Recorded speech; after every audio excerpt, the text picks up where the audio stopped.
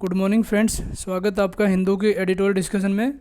आज दिनांक 2 अगस्त 2023 है। आज हम 3 टॉपिक डिस्कस करेंगे। पहला टॉपिक हमारा digital personal data protection bill से रिलेटेड है, जो कि आपके जीएस पेपर 2 के लिए बहुत इंपॉर्टेंट है। सेकंड टॉपिक हमारा बिग कंसर्न्स और बिग कैट, ये हमारे टाइगर की पॉपुलेशन बढ़ रही है, उससे रिलेटेड है। मैन एनिमल कॉन्फ्लिक्ट आपका एक टॉपिक है, conservation of environment in GS paper 3, उससे आप रिलेट कर सकते हो। थर्ड हमारा इंडेक्स ऑफ इंडस्ट्रियल प्रोडक्शन में जो कोर इंडस्ट्रीज है, जो 8 core of the core industry, उसके डाटा से रिलेटेड है। ये भी आप जीएस पेपर 3 से रिलेट कर सकते हो। चलते हैं पहले टॉपिक पे। पहला topic digital personal data protection bill से है, जो कि गवर्नमेंट अभी इसको इंट्रोड्यूस करने वाली है, और गवर्नमेंट अभी इसको मानसून सेशन में इंट्रोड्यूस करना चाह रही है।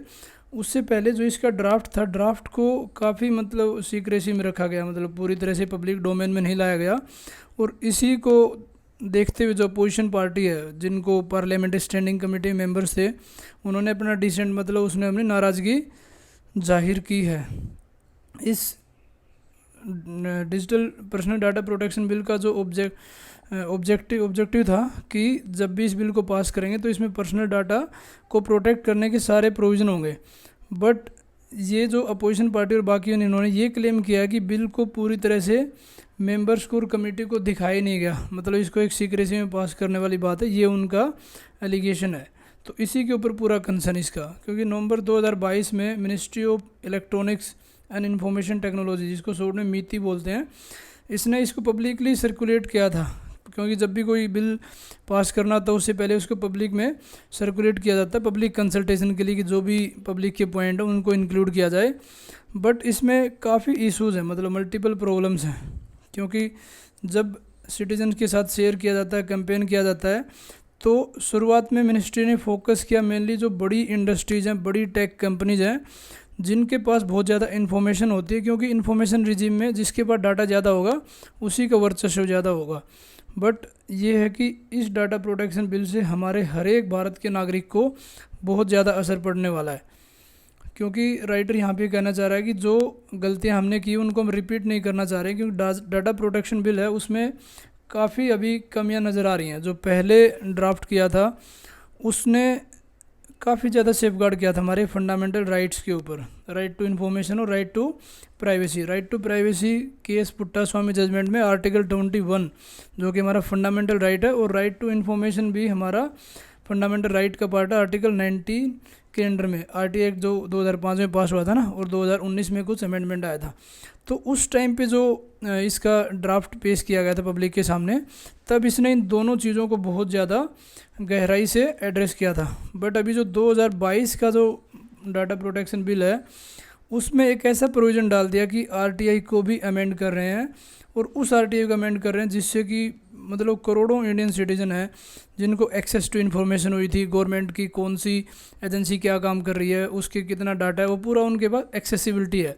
इवन फूड से रिलेटेड है, कोई पब्लिक डिस्ट्रीब्यूशन से रिलेटेड है, कोई एजुकेशन मिनिस्ट्री, जो भी गवर्नमेंट की मशीनरी है उसके बारे में आरटीआई एक्ट के अंदर में आप मिनिमल फीस 10 रुपये की फ़ीस लगती थी, और मार्जिनलाइज सेक्शन को तो फ्री में इसमें इन्फॉर्मेशन होती थी।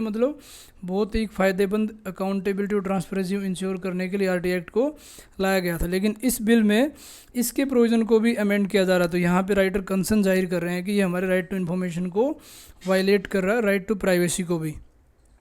मेनली जब भी जो गवर्नमेंट होती है उसको अकाउंटेबल रखना ही डेमोक्रेसी का सबसे बड़ा पार्ट है। जैसे हमारे एक कहावत है ना, executive is responsible to the legislature और government is accountable to the people. जैसे हम प्रेम्बल में लिखा, we the people of India, लोगों के पास में अल्टीमेट पावर है डेमोक्रेसी में। तो जब भी गवर्नमेंट को अकाउंटेबल रखना हो तो पीपल के पास पावर होनी चाहिए कि एक्सेस टू इन्फॉर्मेशन हो, जितना भी डाटा हो उसकी एक्सेसिबिलिटी हो, उनको पता होना चाहिए कि उनका डाटा कहाँ इस्तेमाल किया जा रहा है। जैसे सुप्रीम कोर्ट ने खुद भी अपने एक वर्डिक्ट में बोला है कि सिटीजन को यहाँ तक जानने की ज़रूरत है कि विलफुल डिफ़ॉल्टर कौन है। विलफुल डिफ़ॉल्टर कौन है? जो अपनी मर्ज़ी से डिफ़ॉल्ट हो जाते हैं, बहुत ज़्यादा फाइनेंशियल फ्रॉड होते हैं, जैसे विजय माल्या, नीरव मोदी, ये लोग हैं जो देश ही छोड़ के चले गए। तो लोगों का अधिकार है कि इनके नाम जानने का। जो नॉन परफॉर्मिंग एसेट होता है बैंक में, जब 90 दिन तक प्रिंसिपल और अमाउंट दोनों पे नहीं किए जा सकते, उसको एनपीए डिक्लेयर किया जाता है। पब्लिक सेक्टर बैंक का तो लास्ट ईयर ये 12% से ज़्यादा क्रॉस हो गया था। तो ये लोगों को अधिकार है कि ये सब चीज़ें उनको पता हो। इवन वोटर की जो लिस्ट है उसमें किसका नाम है, क्या एड्रेस है, ये भी पब्लिक को पता होना चाहिए, क्योंकि डेमोक्रेसी तभी इंश्योर होती है जब सारी चीज़ें ट्रांसपेरेंट हो। अब्राहम लिंकन ने बहुत अच्छी बात कही थी, if you want the country to be safe and secure just disclose everything to the people. तो मतलब लोगों को जब पता होगा वो जागरूक होंगे और एक्टिव सिटीजन बनेंगे।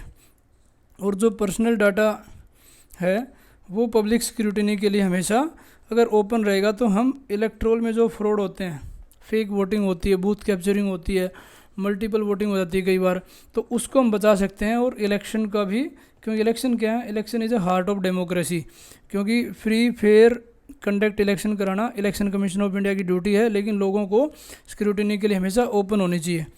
क्योंकि आरटीआई एक्ट का जो एक्सपीरियंस है लोगों के पास इतना बढ़िया है, जिससे कि जो गरीब लोग हैं, मार्जिनाइज लोग हैं, उनके पास एक अपने आप में एक होप रहती है कि गवर्नमेंट की जितनी स्कीम लॉन्च की हैं उनकी एक्सेसिबिलिटी उनके पास होती है।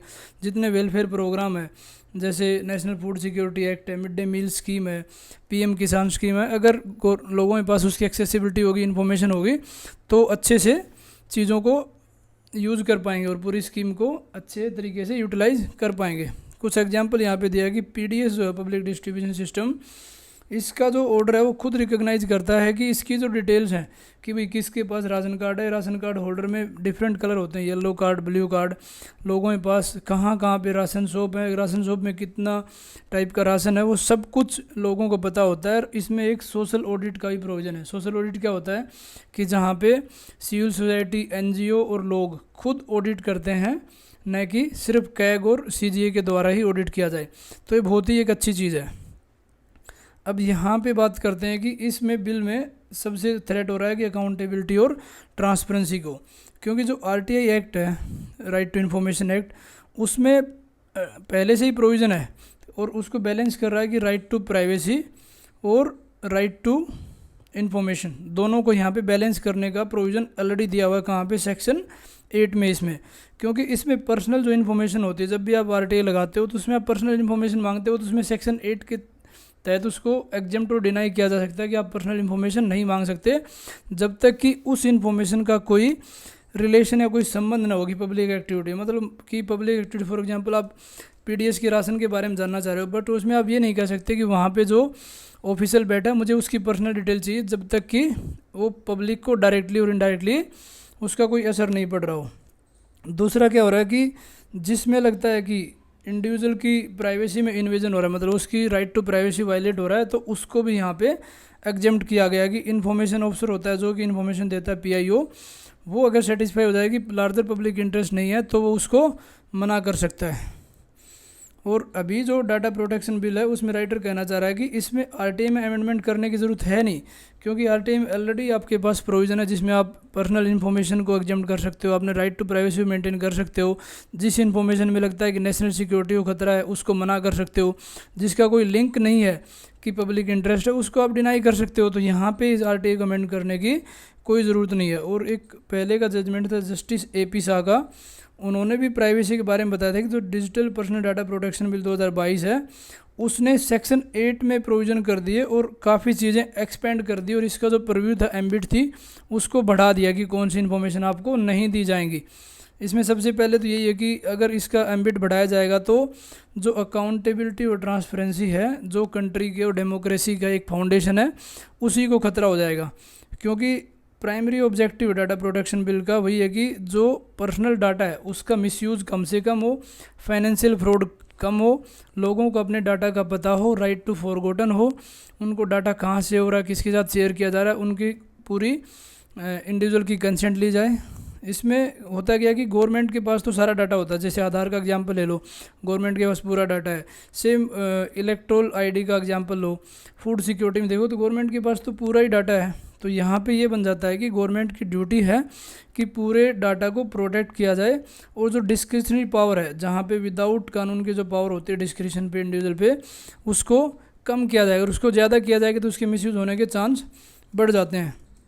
लेकिन असमंजस की बात यह है कि जो digital personal data protection bill 2022 है उसमें एग्जीक्यूटिव को इतना ज़्यादा एम्पावर कर दिया कि वो खुद रूल बना सकते हैं, नोटिफिकेशन दे सकते हैं, काफ़ी रेंज ऑफ द इशू, मतलब मल्टीपल चीज़ों में उनको बहुत ज़्यादा पावर दी गई। और सेंट्रल गवर्नमेंट को इतनी पावर दी गई कि वो किसी गवर्नमेंट को, प्राइवेट एंटिटी को एक नोटिफिकेशन इशू करके एग्जाम कर सकता है कि इसके बारे में आप इन्फॉर्मेशन नहीं लोगे। तो इससे क्या होगी, गवर्नमेंट के पास पूरी आर्बिट्रेरी पावर होगी कि वो अपने जो भी क्रोनीज है, जो उनके साथ वाले हैं, जिसके कारण क्या होगा, नेक्सस क्रिएट होता है, जैसे politicise criminalisation of the politics होता है, ज़्यादा अमीर लोग ही वहाँ पे इन्फ्लुएंस कर सकते हैं। और एक एग्जांपल दिया UIADI, जो unique identification authority of India, जो हमारे आधार के पूरे डाटा को मेंटेन कर सकते हैं। तो गवर्नमेंट के पास इतनी पावर होगी तो वो उसको भी एग्जाम कर सकती है। इससे क्या होगा कि सिटीजन का जो राइट टू प्राइवेसी, जो एक फंडामेंटल राइट है केस पुत्ता स्वामी जजमेंट के हिसाब से, वो भी वायलेट हो रहा है। दूसरी तरफ क्या होगा कि जो छोटे छोटे नॉन गवर्नमेंट ऑर्गेनाइजेशन है, रिसर्च ऑर्गेनाइजेशन है, कुछ सिविल सोसाइटी है, या लोगों का ग्रुप है, या अपोजिशन पार्टी हैं, वो उसको गवर्नमेंट अपने नोटिफिकेशन में नहीं डाले और उनको बोले कि इनको पूरी स्क्रूटिनी है। तो ये अल्टीमेटली एक बायस नेचर आता है यहाँ पे। और इससे क्या होगा कि जो डिमांड है डिजिटल डाटा प्रोटेक्शन बिल में कि डाटा फिड्यूसरी की एक अच्छी से रेस्पॉन्सिबिलिटी की जाए। नेक्स्ट बात करते हैं कि नो ऑटोनॉमी, मतलब इसका जो ऑब्जेक्टिव है, उसका ऑब्जेक्टिव था कि पर्सनल डाटा को प्रोटेक्ट करना। तो इसके ऊपर एक ओवरसाइट बॉडी बनाई गई थी और एक बोर्ड बनाया गया था कि आप इसके हिसाब से रूल बनाओगे और कोई भी वायलेशन होता है तो उस पर कोई आप एक्शन लोगे। लेकिन जो ड्राफ्ट बिल है उसने डाटा प्रोटेक्शन बोर्ड है उसको ऑटोनॉमी दी नहीं, जिसकी अल्टीमेट रेस्पॉन्सिबिलिटी है कि आप digital personal data protection bill के प्रोविज़न को इन्फोर्स करोगे। लेकिन उसको अगर आप पूरी ऑटोनॉमी नहीं दोगे डिसीजन लेने की, क्योंकि सबसे पहले ये है कि इसको कोई सुयो मोटो पावर नहीं कि एक्शन ले इसके, ये हमेशा डिपेंड करेगी कोई कंप्लेंट के ऊपर। इसको सिर्फ पावर ये दी गई कि जब भी कंप्लेंट आएगी उसके बाद ही आप एक्शन लोगे, और वहीं पर गवर्नमेंट को ही पावर है कि आप किस चीज़ को एग्जेम्प्ट कर सकते हो। तो सेंट्रल गवर्नमेंट सबसे पहले तो इसकी जो भी कंपोजिशन है, कितने लोग होंगे, कौन अपॉइंट होगा बोर्ड में, ये पूरी पावर सेंट्रल गवर्नमेंट के पास है। तो यहाँ पे कॉन्फ्लिक्ट ऑफ इंटरेस्ट क्रिएट होगा कि जब सेंट्रल गवर्नमेंट के हाथ में बोर्ड की पावर होगी तो बोर्ड तो डिसीजन गवर्नमेंट के हिसाब से देगा। दूसरा क्या, इनका जो भी सिलेक्शन है, रिमूवल है, कौन इसका चेयरपर्सन होगा, कौन मेंबर्स होंगे, ये पूरी पावर सेंट्रल गवर्नमेंट के पास में है। जो चीफ एग्जीक्यूटिव है इस बोर्ड का, उसकी रिस्पॉन्सिबिलिटी कि पूरे बोर्ड को मैनेज करे, वो भी अपॉइंट किया जाता है गवर्नमेंट के द्वारा। तो मतलब ये सीधा डायरेक्ट कंट्रोल हो गया इंस्टीट्यूशन पे, और इंस्टीट्यूशन की इंडिपेंडेंस, क्रेडिबिलिटी और अकाउंटेबिलिटी तभी इंश्योर होती है जब उसको अपॉइंटमेंट करना एक पार्टिकुलर कमेटी के द्वारा होना कि एग्जीक्यूटिव मेनली गवर्नमेंट के द्वारा हो। इसको ऑल द पावर दी गई कि 500 करोड़ तक का ये फाइन लगा सकती है, बट जब इसके पास कोई इंडिपेंडेंट पावर नहीं है तो कोई फ़ायदा नहीं होगा। तो इससे बहुत ज़्यादा एप्रीहेंशन मतलब रेज हो रही है कि ये भी एक केज पीरियड हो जाएगा, क्योंकि सुप्रीम कोर्ट ने सेंट्रल ब्यूरो ऑफ इन्वेस्टिगेशन को भी एक बार केज पीरियड बोला था कि ये तो वो तोता है जिसको पिंजरे में बंद कर दिया गया, जब चाहेगा तब, मतलब सामने वाला चाहेगा तभी वो बोल पाएगा, मतलब वो कुछ नहीं कर सकता। केज पैरेट भी बोलते हैं, कई बार केज टाइगर भी बोलते हैं, टूथलेस टाइगर भी बोलते हैं। तो अगर पूरी तरह एम्पावर ही नहीं होगा तो यहाँ पे काफ़ी ज़्यादा एप्रीहेंशन है। और इससे क्या होगा कि एग्जीक्यूटिव काफ़ी ज़्यादा मिसयूज़ कर सकती है। हो सकता है कि वो पॉलिटिकल अपोजिशन पार्टी पे ये हमेशा एलिगेशन लगाए, उनके डाटा को मिसयूज़ करे या उनके डाटा कोई पब्लिक में दे।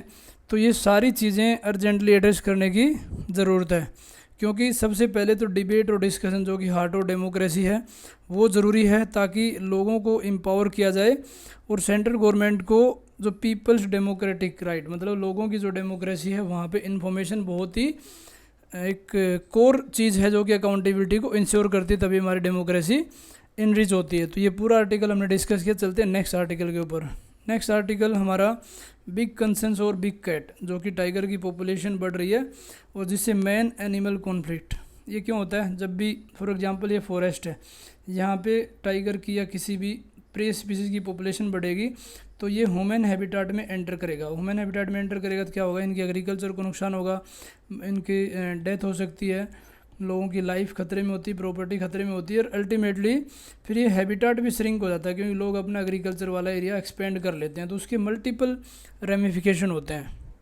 तो उसी के ऊपर आर्टिकल है। अभी क्या हुआ लेटेस्ट, जो कर्नाटका फॉरेस्ट डिपार्टमेंट ने और इंडिया लेवल पे नेशनल टाइगर कंजर्वेशन अथॉरिटी, जो कि टाइगर की पॉपुलेशन और सेंसस कराने में, जो टाइगर सेंसस होता है हर 4 साल में, 2006 में हुआ, 10 में, 14 में, 18 में और 22 में, और अभी 22 के हिसाब से 70% से ज़्यादा टाइगर इंडिया में ही हैं। ऑल्दो ये अच्छी बात है, बट यहाँ पे ये कंसर्न है कि इन दोनों के हिसाब से टाइगर्स के नंबर बहुत ज़्यादा बढ़ गए। उस जैसे NTCA की रिपोर्ट के हिसाब से कर्नाटका तो सेकंड नंबर पे है, मध्य प्रदेश सबसे ज़्यादा है, कर्नाटका सेकंड नंबर पे है।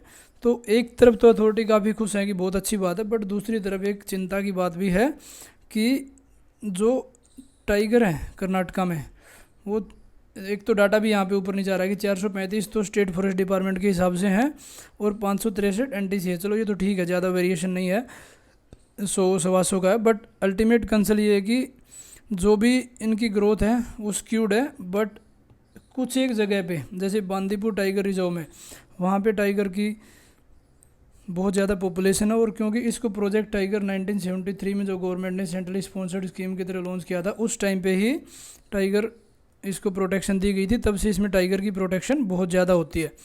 तो इसको ज़्यादा प्रोटेक्शन देने के कारण क्या हुआ, क्योंकि और उससे पहले ही 1941 में जाओगे तो वेणुगोपाल वाइल्ड लाइफ पार्क, उस टाइम इसको प्रोटेक्शन दी गई थी, और उसी के साथ में नागार होल, ये भी कर्नाटका में है, उसको भी सेम प्रोटेक्शन दी गई। तो इस प्रोटेक्शन के कारण क्या हुआ कि यहाँ पे टाइगर को अच्छे से कंजर्व किया गया और उससे उसकी पॉपुलेशन बहुत ज़्यादा बढ़ गई है। और दोनों सिर्फ ये देखो काफ़ी हैं कर्नाटका में टाइगर रिजर्व, लेकिन बांदीपुर नागार होल में ही 290 टाइगर हैं 563 में से, मतलब ऑलमोस्ट 50% यहाँ पे टाइगर्स तो सिर्फ 2 ही उसमें है। और उसके आसपास बहुत ज़्यादा गांव, जैसे 136 गांव हैं, और with in the radius of the 1 square kilometre, मतलब बहुत ही नज़दीक है जहाँ पे मैन वाइल्ड लाइफ कॉन्फ्लिक्ट होने के चांस बहुत ज़्यादा हैं। और यहाँ पे काफ़ी लाइफ स्टॉक पॉपुलेशन है, क्योंकि गांव रहेगा तो गांव में बाकी पशु जैसे भेड़ बकरी भैंस गाय, ये पशु भी होते हैं जो लोगों के लिवलीहुड को प्रोटेक्ट करते हैं। उससे क्या होगी, जो लाइफ स्टॉक है, जो लोगों के पास पालतू पशु हैं, वो एक शिकार बन जाते हैं टाइगर के, क्योंकि जब फॉरेस्ट की फ्रिंजेज में होंगे तो टाइगर को तो कोई शिकार चाहिए। तो उसके कारण क्या होता है कि जितनी कम्युनिटीज आसपास रह रही हैं तो उसमें मैन एनिमल कॉन्फ्लिक्ट होने के चांसेस बहुत ज़्यादा बढ़ रहे हैं। और स्पेशली उस एरिया में जहाँ पे स्पेशली एलिफेंट आसपास में, आपने कितनी बार देखा होगा कि एलिफेंट लोगों की खेती में घुस गया तो वहाँ पे उनकी पूरी फसल बर्बाद हो गई। सेम टाइगर के कारण कितने अटैक्स होते हैं, महाराष्ट्र में थोड़े दिन पहले न्यूज़ थी, एलिफेंट के अटैक होते हैं। तो कुछ लोग ये कह रहे हैं कि जितना इनका प्रे बेस होगा, मतलब शिकार करने का बेस ज़्यादा हो जाएगा, तो उससे जो रेजिडेंट में है वहाँ टाइगर ज़्यादा घुसेंगे और ह्यूमन हैबिटेट को बहुत ज़्यादा खतरा होने के चांस हो सकते हैं। यहाँ पे कुछ डेंसिटी दी है कि कितनी ज़्यादा डेंसिटी बांदीपुर नागार होल में, कि 7.9 टाइगर और 10.8 टाइगर की डेंसिटी है बांदीपुर और नागार होल दोनों टाइगर में रेस्पेक्टिवली। मतलब बहुत ज़्यादा डेंसिटी है कि सिर्फ 100 स्क्वायर किलोमीटर के एरिया में इतने ज़्यादा टाइगर पाए जाते हैं। नेक्स्ट बात करते हैं कि जो बांदीपुर और नागार होल है, वो राइटर कह रहा है कि ये एक सेचुरेशन पॉइंट तक पहुंच गया कि अब टाइगर पॉपुलेशन इसमें और ज़्यादा करोगे तो दिक्कत आएगी और कॉन्फ्लिक्ट ज़्यादा होंगे। सेचुरेशन पॉइंट क्या होता है कि एक जो भी इकोलॉजी होती है उसकी एक लिमिट होती है कि इतने लिमिट तक उसकी कैरिंग कैपेसिटी, उससे ज़्यादा अगर उसमें वाइल्ड एनिमल या हैबिटेट होगा तो उसका नुकसान होगा। लेकिन एक्सपर्ट ने कहा कि इसमें कोई आर्टिफिशियल इंटरवेंशन नहीं की जाए। आर्टिफिशियल इंटरवेंशन के कारण क्या होगा, इनका हैबिटेट में कोई दिक्कत आएगी और उनकी पॉपुलेशन पे कोई असर पड़ सकता है। लेकिन उसके साथ साथ ये भी देखना पड़ेगा कि इनकी जो प्रे की पॉपुलेशन है उसको भी मैनिपुलेट नहीं किया जाए, अदरवाइज पूरी फूड चेन डिस्टोर्ट हो जाएगी। और जो टाइगर की डेंसिटी है वो बियॉन्ड द कैरिंग कैपेसिटी होगी। इसके कारण क्या हो रहा है कि बाकी पॉपुलेशन के ऊपर बहुत ज़्यादा असर पड़ेगा। फॉर एग्जांपल टाइगर की पॉपुलेशन बढ़ गई, नीचे प्रे कम हो गए, तो आपस में कॉन्फ्लिक्ट ज़्यादा होंगे और प्रे वाली पॉपुलेशन बिल्कुल कम हो जाएगी, जो कि एनवायरनमेंट को प्रोटेक्ट करने में बहुत ज़्यादा हेल्प करती है। जैसे एग्जाम्पल दिए यहाँ पे कि लेपर्ड हो गए, ढोल हो गए, ये भी अपने आप में एक बहुत ज़्यादा इंपॉर्टेंट स्पीसीज़ हैं। कंजर्व, तो इनको कंजर्व करना भी इक्वली इंपॉर्टेंट है। लेकिन इनकी पॉपुलेशन अगर कम होगी तो अल्टीमेटली हमारे हैबिटेट और इकोलॉजी पे फ़र्क पड़ेगा। काफ़ी मतलब चैलेंजेस यहाँ पे बताएं कि जो कर्नाटका है उसने टाइगर को प्रोटेक्ट करने के लिए बहुत ज़्यादा एफर्ट दिए हैं और स्पेशली टाइगर के कॉरिडोर भी बनाए हैं।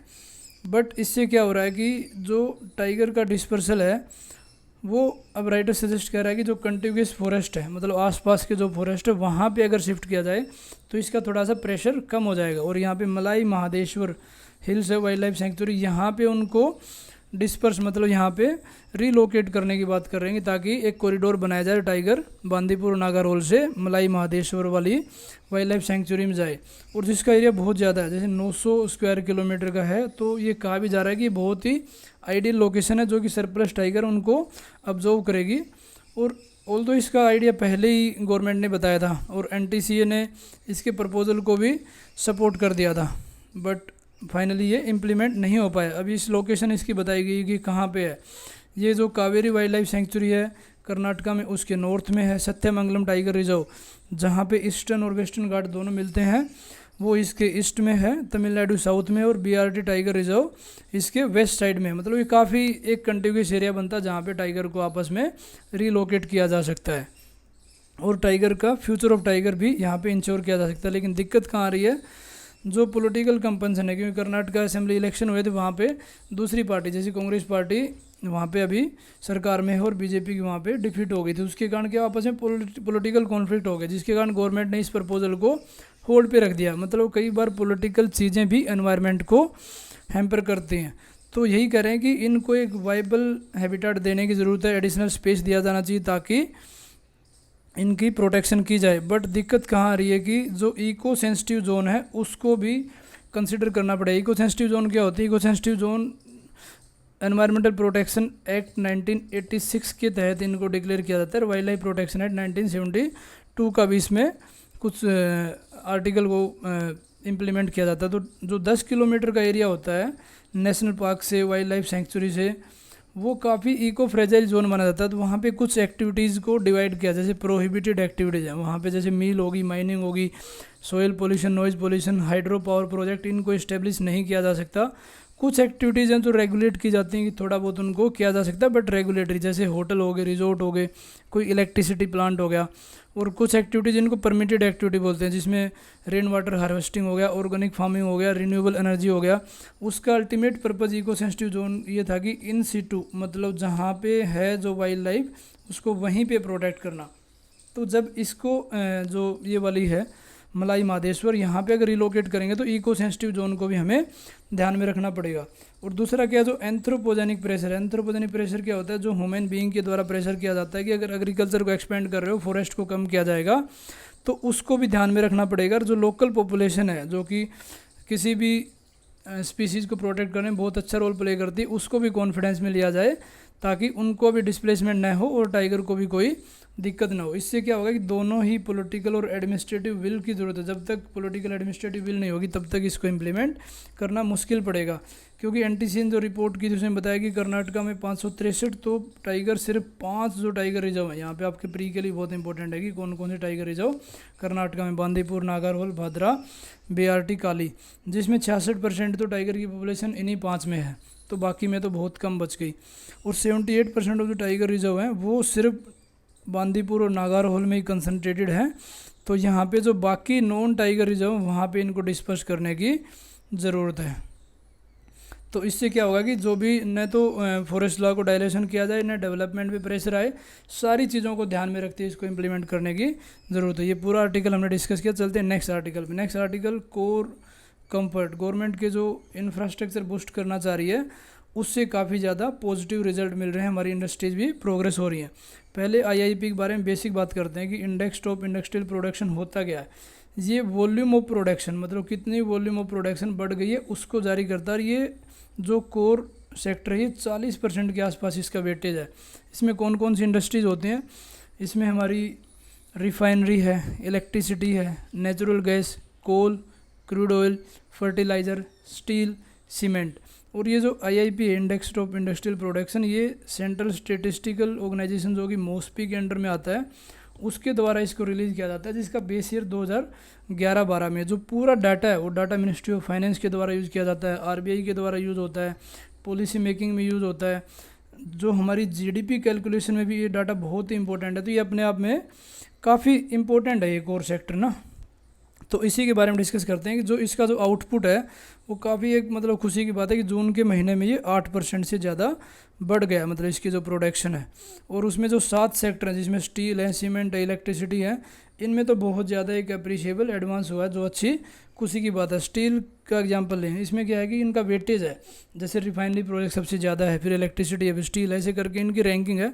तो स्टील तीसरे नंबर पर है, जो कि 18% यहाँ पे कॉन्स्टिट्यूट कर रहा है आज के दिन, वो कोर इंडस्ट्रीज़ में। इसका भी अच्छी खासी बहुत अच्छी परफॉर्मेंस यहाँ पे इसने दी है।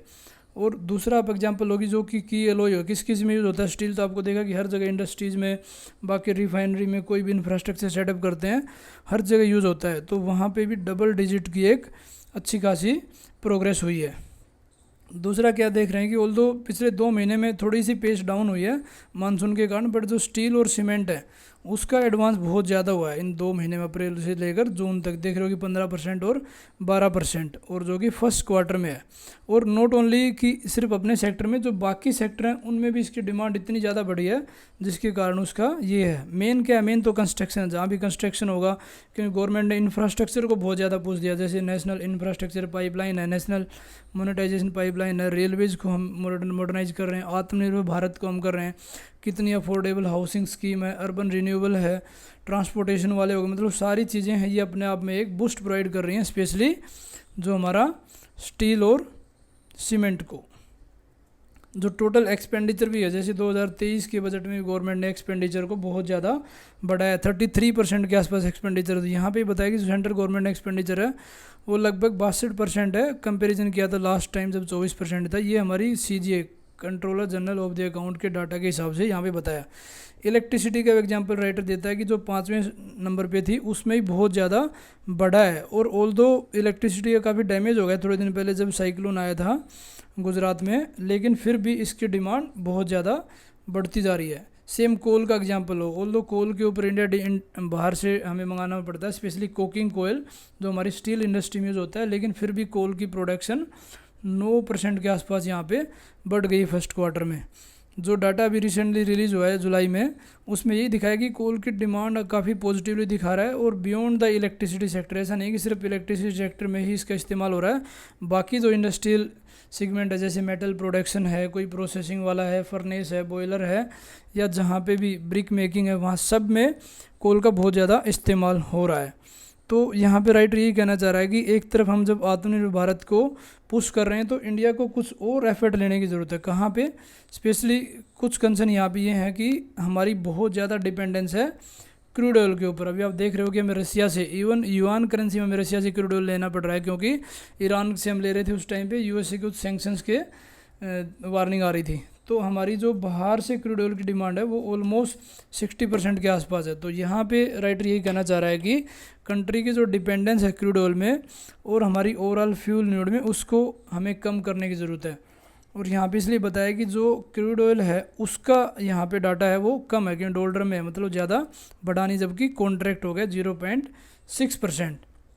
दूसरा बात करते हैं जो रिफाइनरी प्रोडक्ट, जिसका सबसे ज़्यादा वेटेज 28%, और क्रूड ऑयल, ये दोनों ही हैं जो हमारे पूरे ऑयल सेक्टर में एक डिफ़िकल्टी दिखाई दे रहे हैं, क्योंकि जो रेगुलेटरी हैं उनके ऊपर काफ़ी इनकन्सिस्टेंस है। तो जो पॉलिसी मेकर्स हैं उनको अपने आप में बहुत ज़्यादा एक एनवायरनमेंट क्रिएट करना पड़ेगा, एक सपोर्टिव पॉलिसी बनानी पड़ेगी, ताकि इसके डिमांड को सर्टेन किया जा सके। अभी क्या हो रखा है, इसके कारण डिमांड अनसर्टेन हो रखी है, और उसके कारण हमारा जो बाकी का हमें प्रोडक्शन बढ़ी है वो इम्पैक्ट हो रही है। तो ये हमारा था आज का editorial discussion. Thank you for watching.